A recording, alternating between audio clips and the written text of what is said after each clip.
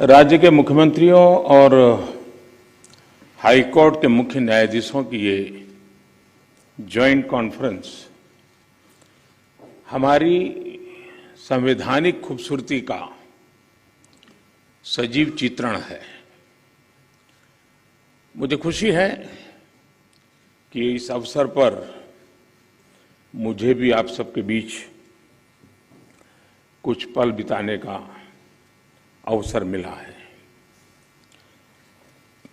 हमारे देश में जहां एक और जुडिशरी की भूमिका संविधान संरक्षक की है, वहीं लेजिस्लेचर नागरिकों की आकांक्षाओं का प्रतिनिधित्व करता है। मुझे विश्वास है कि संविधान की इन दो धाराओं का ये संगम, ये संतुलन देश में प्रभावी और समयबद्ध न्याय व्यवस्था का रोडमैप तैयार करेगा। मैं आप सभी को इस आयोजन के लिए हृदय से शुभकामनाएं देता हूं। साथियों, मुख्यमंत्रियों और मुख्य न्यायाधीशों की ज्वाइंट कॉन्फ्रेंस पहले भी होती आई है और उनसे हमेशा देश के लिए कुछ न कुछ नए विचार भी निकले हैं। लेकिन ये इस बार ये जो आयोजन अपने आप में और भी ज्यादा खास है। आज ये कॉन्फ्रेंस एक ऐसे समय में हो रही है जब देश अपनी आजादी का अमृत महोत्सव मना रहा है। आजादी के इन 75 सालों ने जुडिशरी और एग्जीक्यूटिव दोनों के ही रोल्स और रिस्पॉन्सिबिलिटीज को निरंतर स्पष्ट किया है। जहां जब भी जरूरी हुआ, देश को दिशा देने के लिए ये रिलेशन लगातार इवॉल्व हुआ है। आज आजादी के अमृत महोत्सव में जब देश नए अमृत संकल्प ले रहा है, नए सपने देख रहा है, तो हमें भी भविष्य की तरफ देखना होगा। 2047 में जब देश अपनी आजादी के 100 साल पूरे करेगा, तब हम देश में कैसी न्याय व्यवस्था देखना चाहेंगे। हम किस तरह अपने जुडिशियल सिस्टम को इतना समर्थ बनाएं कि वो 2047 के भारत की आकांक्षाओं को पूरा कर सके, उन पर खरा उतर सके। ये प्रश्न आज हमारी प्राथमिकता होना चाहिए। अमृत काल में हमारा विजन एक ऐसी न्याय व्यवस्था का होना चाहिए जिसमें न्याय सुलभ हो, न्याय त्वरित हो और न्याय सबके लिए हो। साथियों, देश में न्याय की देरी को कम करने के लिए सरकार अपने स्तर से हर संभव प्रयास कर रही है। हम जुडिशियल स्ट्रेंथ को बढ़ाने के लिए प्रयास कर रहे हैं। जुडिशियल इंफ्रास्ट्रक्चर को बेहतर करने की कोशिश चल रही है। केस मैनेजमेंट के लिए आईसीटी के इस्तेमाल की शुरुआत भी की गई है। सबऑर्डिनेट कोर्ट्स और डिस्ट्रिक्ट कोर्ट से लेकर हाई कोर्ट तक वैकेंसीज को भरने के लिए भी प्रयास हो रहे हैं। साथ ही जुडिशियल इंफ्रास्ट्रक्चर को मजबूत करने के लिए भी देश में व्यापक काम हो रहा है। इसमें राज्यों की भी बहुत बड़ी भूमिका है। साथियों, आज पूरी दुनिया में नागरिकों के अधिकार के लिए, उनके सशक्तिकरण के लिए टेक्नोलॉजी एक इंपॉर्टेंट टूल बन चुकी है। हमारे जुडिशियल सिस्टम में भी टेक्नोलॉजी की संभावनाओं से आप सब परिचित हैं। हमारे ऑनरेबल जजेस समय समय पर इस विमर्श को आगे भी बढ़ाते रहे हैं। भारत सरकार भी जुडिशियल सिस्टम में टेक्नोलॉजी की संभावनाओं को डिजिटल इंडिया मिशन का एक जरूरी हिस्सा मानती है। उदाहरण के तौर पर ई कोर्ट्स प्रोजेक्ट को आज मिशन मोड में इंप्लीमेंट किया जा रहा है। सुप्रीम कोर्ट ई कमेटी के मार्गदर्शन में जुडिशियल सिस्टम में टेक्नोलॉजी इंटीग्रेशन और डिजिटाइजेशन का काम तेजी से आगे बढ़ रहा है। मैं यहां उपस्थित सभी मुख्यमंत्रियों और हाईकोर्ट के सभी चीफ जस्टिस से भी आग्रह करूंगा कि इस अभियान को विशेष महत्व दें, इसे आगे बढ़ाएं। डिजिटल इंडिया के साथ जुडिशरी का ये इंटीग्रेशन आज देश के सामान्य मानवी की अपेक्षा भी बन गई है। आप देखिए, आज कुछ साल पहले डिजिटल ट्रांजैक्शन को हमारे देश के लिए असंभव माना जाता था। लोगों को लगता था, लोग शक करते थे, अरे ये हमारे देश में कैसे हो सकता है। और ये भी सोचा जाता है इसका स्कोप केवल शहरों तक ही सीमित रह सकता है, उससे आगे बढ़ नहीं सकता है। लेकिन आज छोटे कस्बों और यहां तक गांवों में भी डिजिटल ट्रांजैक्शन आम बात होने लगी है। ये पूरे विश्व में पिछले साल जितने डिजिटल ट्रांजैक्शन हुए उसमें से 40% डिजिटल ट्रांजैक्शन भारत में हुए हैं।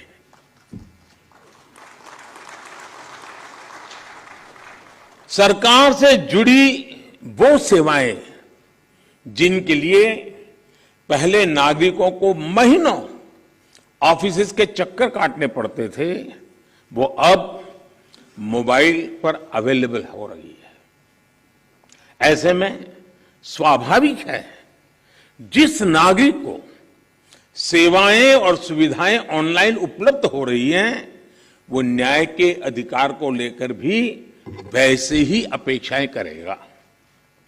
साथियों, आज जब हम टेक्नोलॉजी और फ्यूचरिस्टिक अप्रोच की बात कर रहे हैं तो इसका एक important aspect tech friendly human resources भी है। टेक्नोलॉजी आज युवाओं के जीवन का स्वाभाविक हिस्सा है। यह हमें सुनिश्चित करना है कि युवाओं की एक्सपर्टाइज, उनकी प्रोफेशनल स्ट्रेंथ कैसे बने।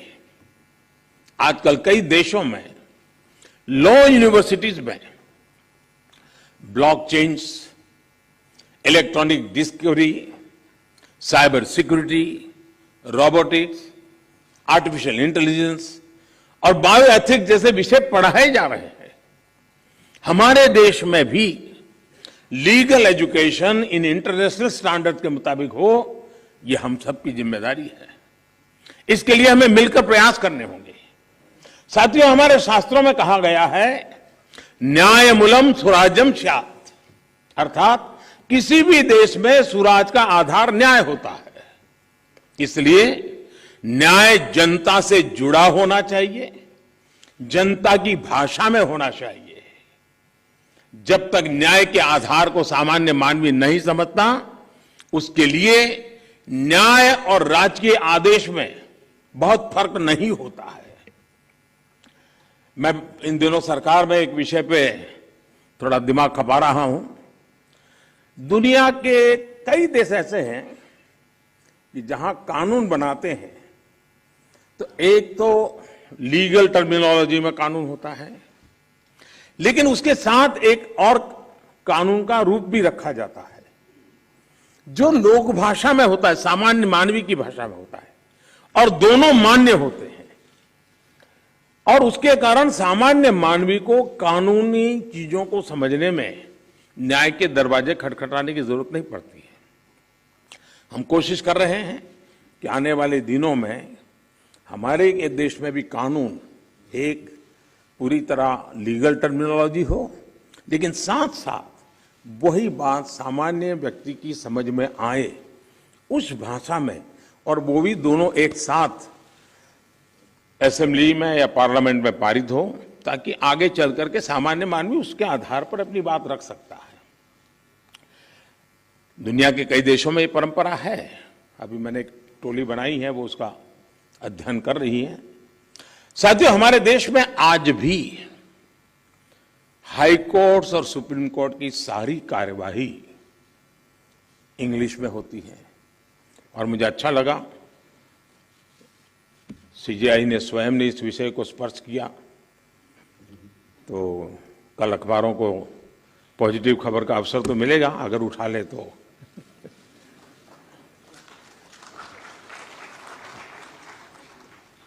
लेकिन उसके लिए बहुत इंतजार करना पड़ेगा। साथियों, एक बड़ी आबादी को न्यायिक प्रक्रिया से लेकर फैसलों तक को समझना मुश्किल होता है। हमें इस व्यवस्था को सरल और आम जनता के लिए ग्राह्य बनाने की जरूरत है। हमें कोर्ट्स में स्थानीय भाषाओं को प्रोत्साहन देने की जरूरत है। इससे देश के सामान्य नागरिकों का न्याय प्रणाली में भरोसा बढ़ेगा, वो उससे जुड़ा हुआ महसूस करेगा। अब इन समय हम एक कोशिश कर रहे हैं कि टेक्निकल एजुकेशन और मेडिकल एजुकेशन मातृभाषा में क्यों नहीं होना चाहिए। हमारे बच्चे जो बाहर जाते हैं दुनिया की वो भाषा कोशिश करते हैं पढ़ करके फिर मेडिकल कॉलेज की, तो हम हमारे देश में कर सकते हैं। और मुझे खुशी है कई राज्यों ने मातृभाषा में टेक्निकल एजुकेशन, मेडिकल एजुकेशन के लिए कुछ इनिशिएटिव लिए हैं। तो आगे चल करके उसके कारण गांव का गरीब का बच्चा भी जो भाषा के कारण रुकावटें महसूस करता है, उसके लिए सारे रास्ते खुल जाएंगे। और ये भी तो एक बड़ा न्याय है, ये भी एक सामाजिक न्याय है। सामाजिक न्याय के लिए न्यायपालिका के तराजू तक जाने की जरूरत नहीं होती है। सामाजिक न्याय के लिए कभी भाषा भी बहुत बड़ा कारण बन सकती है। साथियों, एक गंभीर विषय सामान्य आदमी के लिए कानून की पेचीदगियां भी है। 2015 में हमने करीब 1800 ऐसे कानूनों को चिन्हित किया था जो अप्रासंगिक हो चुके थे। इनमें से जो केंद्र के कानून थे, ऐसे 1450 कानूनों को, 1450 कानूनों को हमने खत्म किया। लेकिन राज्यों की तरफ से केवल 75 कानून ही खत्म किए गए हैं। मैं आज सब यदि आदरणीय मुख्यमंत्रीगण यहां बैठे हैं, मैं आपसे बहुत आग्रह करता हूं कि अपने राज्य के नागरिकों के अधिकारों के लिए, उनकी ईज ऑफ लिविंग के लिए आपके यहां भी ये कानूनों का इतना बड़ा जाल बना हुआ है, काल बाह्य कानूनों में लोग फंसे पड़े हैं, उन कानूनों को निरस्त करने की दिशा में आप कदम उठाइए। लोग बहुत आशीर्वाद देंगे जी। साथियों, न्यायिक सुधार केवल एक नीतिगत विषय या पॉलिसी मैटर ही नहीं है। देश में लंबित करोड़ों केसेस के लिए पॉलिसी से लेकर टेक्नोलॉजी तक हर संभव प्रयास देश में हो रहे हैं और हमने बार बार इसकी चर्चा भी की है। इस कॉन्फ्रेंस में भी आप सब एक्सपर्ट्स इस विषय पर विस्तार से बात करेंगे ही, ये मुझे पर विश्वास है। और मैं शायद बहुत लंबे अरसे तक इस मीटिंग में बैठा हुआ हूं।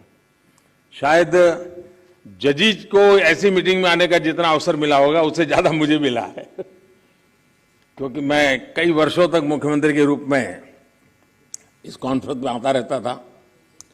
अब यहां बैठना मौका आ गया है तो यहां से आता रहता हूं। तो एक प्रकार से मैं इस महफिल में सीनियर हूं।